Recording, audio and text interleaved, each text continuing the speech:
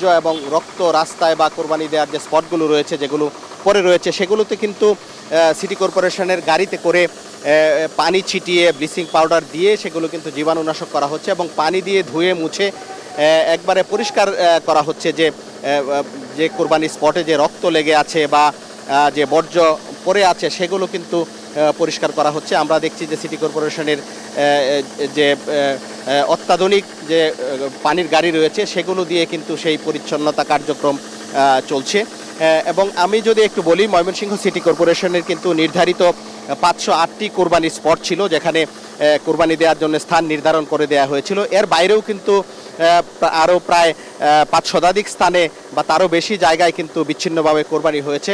সব জায়গায় যে কোরবানি দেওয়ার পর যে কোরবানির বর্জ্য সেগুলো পরিচ্ছন্নতার যে কাজ, সেই কাজগুলো কিন্তু চলছে। আমরা দেখতে পাচ্ছি যে সিটি কর্পোরেশনের প্রধান নির্বাহী কর্মকর্তা এবং সিটি কর্পোরেশনের যিনি সচিব, তারা কিন্তু এই কার্যক্রম পরিদর্শন করছেন এবং পরিচ্ছন্নতা কর্মী যারা আছেন তারা কাজ করছেন। আমি কথা বলেছিলাম সিটি কর্পোরেশনের যিনি সচিব আরিফুর রহমানের সাথে, তিনি আমাকে জানিয়েছেন যে এই কোরবানির বর্জ্য অপসারণ করার জন্য কিন্তু সিটি কর্পোরেশনের 600 কর্মী কাজ করছে এবং আজকে যে কোরবানির বর্জ্য হবে এটি তারা 12 ঘন্টার মধ্যে পরিচ্ছন্নতার কাজ শেষ করবেন বলে আমাদেরকে জানিয়েছেন এবং আগামীকালও কিছু পশু কোরবানি হবে এবং আগামীকাল যে কোরবানির বর্জ্য হবে সেগুলো কিন্তু তারা খুব স্বল্প সময়েও তারা অপসারণ করতে পারবেন বলে আমাদেরকে জানিয়েছেন। এখানে সিটি কর্পোরেশনের যে বেশ কিছু ট্রাক রয়েছে, গাড়ি রয়েছে, সেগুলো দিয়ে কিন্তু এই বর্জ্য অপসারণের যে কাজ সেই কাজগুলো চলছে। আমরা শহরের বিভিন্ন এলাকায় দেখেছি যে একাধিক টিম কিন্তু বিভিন্ন এলাকায় সিটি কর্পোরেশনের টিম এই বর্জ্য অপসারণের কাজ করছে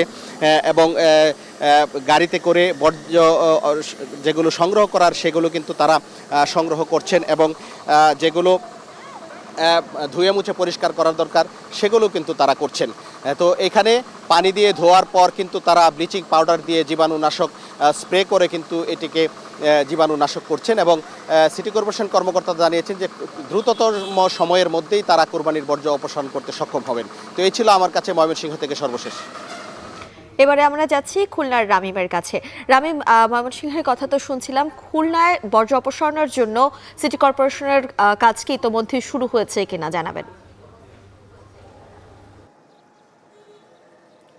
মিম, বেলা কিন্তু 12টার বেশি বাজে। এরই মধ্যেই কোরবানির যে কার্যক্রম সেটি কিন্তু অনেক জায়গাতেই সম্পন্ন হয়েছে। আমরা কিছুক্ষণ আগে দেখেছি যে নগরীর অলিগলিতে যেসব জায়গাগুলোতে রয়েছে সাধারণ যে পরিচ্ছন্নতা কর্মীরা কাজ করে থাকে প্রতিদিন, তারা কিন্তু এখন কাজ করা শুরু করে দিয়েছে। এরই মধ্যে আপনি আমার পিছনে যে জায়গাটি দেখছেন এটি হচ্ছে কিন্তু এখানে কিন্তু যে পরিচ্ছন্নতা কর্মীরা যে বর্জ্যগুলো সংগ্রহ করছেন সেই বর্জ্যগুলো এনে কিন্তু তারা এখানেই ফেলছেন। এরপরে কিন্তু এখান থেকেই এটি কিন্তু যে ডাম্পিং এরিয়া রয়েছে নগরীর বাইরে সেই জায়গাতে কিন্তু ফেলা হবে। সিটি কর্পোরেশনের যে বর্জ্য ব্যবস্থাপনার যে কর্মকর্তারা রয়েছে তারা যেটি বলছেন, নগরীতে কিন্তু 141টি স্থান নির্ধারণ করে দেওয়া হয়েছে কোরবানির জন্য এবং সেই সব জায়গা থেকে এই যে কোরবানির বর্জ্যগুলো রয়েছে সেগুলো কিন্তু অপসারণের জন্য এখানে প্রায় 800রও বেশি কর্মী আজকে প্রস্তুত রাখা হয়েছে। দুপুর 2টার পর থেকেই কিন্তু তাদের যে মূল কার্যক্রম সেটি তারা শুরু করবেন এবং তারপরেই তারা সেই যে নগরীর প্রত্যেকটা জায়গাতে যেসব জায়গাতে কোরবানি দেওয়া হয়েছে এবং প্রত্যেকটা জায়গাতে যেসব জায়গা নির্ধারণ করে দেওয়া হয়েছে সব জায়গা থেকেই কিন্তু তারা বর্জ্য এনে সেটি কিন্তু এখানে রাখবেন এবং এখান থেকেই কিন্তু প্রাথমিকভাবে এখানে রাখা হবে এবং এরপর থেকেই এটি নিয়ে যাওয়া হবে নগরীর বাইরে যে ডাম্পিং এরিয়াটি রয়েছে সেইখানে।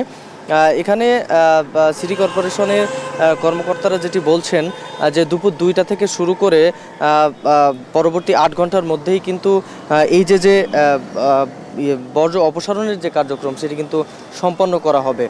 তো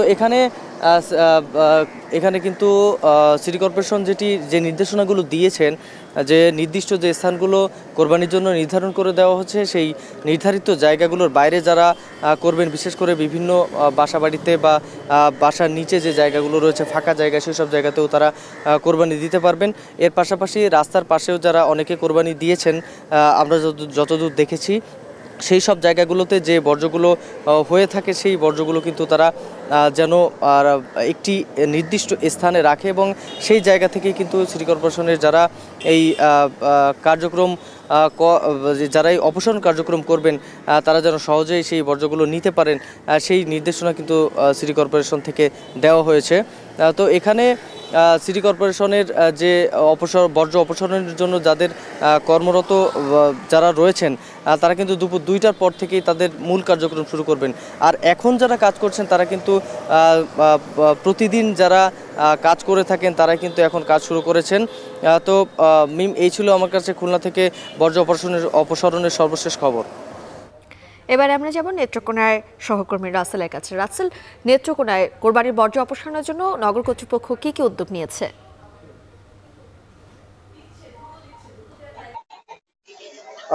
মিম, আপনি যেমনটা বলছিলেন, আসলে নেত্রকোনার প্রায় 5টি পৌরসভায় কিন্তু ইতিমধ্যে বর্জ্য অপসারণের জন্য উদ্যোগ ইতিমধ্যে গ্রহণ করা হয়েছে। মূলত সকাল থেকে ঈদের জামাত অনুষ্ঠিত হওয়ার পর থেকে কিন্তু নিজ নিজ পাড়া মহল্লায় কিন্তু কোরবানি অনুষ্ঠিত হয়েছে। সেই কোরবানি অনুষ্ঠিত হওয়ার পর থেকে কিন্তু যে পৌর কর্তৃপক্ষ রয়েছে তারা কিন্তু দুপুর 1টার পর থেকে, অর্থাৎ 2টার থেকে কিন্তু তারা মূল কার্যক্রম শুরু করবে। ইতিমধ্যে কিন্তু তারা প্রাথমিকভাবে কাজ শুরু করেছে, মূলত ওয়ার্ড ভিত্তিক তারা কাজ শুরু করে দিয়েছেন এবং যারা পৌরবাসী রয়েছেন তাদেরকে একটি নির্দিষ্ট জায়গায় যত্রতত্র আসলে ময়লা আবর্জনা না ফেলে একটি জায়গায় ময়লা আবর্জনা ফেলার জন্য পৌর কর্তৃপক্ষ অনুরোধ জানিয়েছেন এবং সেই অনুরোধে কিন্তু নগরবাসী সাড়া দিয়েছে। এখন পর্যন্ত বলা যায় আসলে নগরবাসী যারা রয়েছে তারা কিন্তু যত্রতত্র ময়লা ফেলেনি। আমার ঠিক পেছনের যে সড়কটি দেখছেন, এই সড়কটিতে কিন্তু সকাল থেকেই বেশ কয়েকটি কোরবানি অনুষ্ঠিত হয়েছে। সেই কোরবানি অনুষ্ঠিত হওয়ার পর থেকে কিন্তু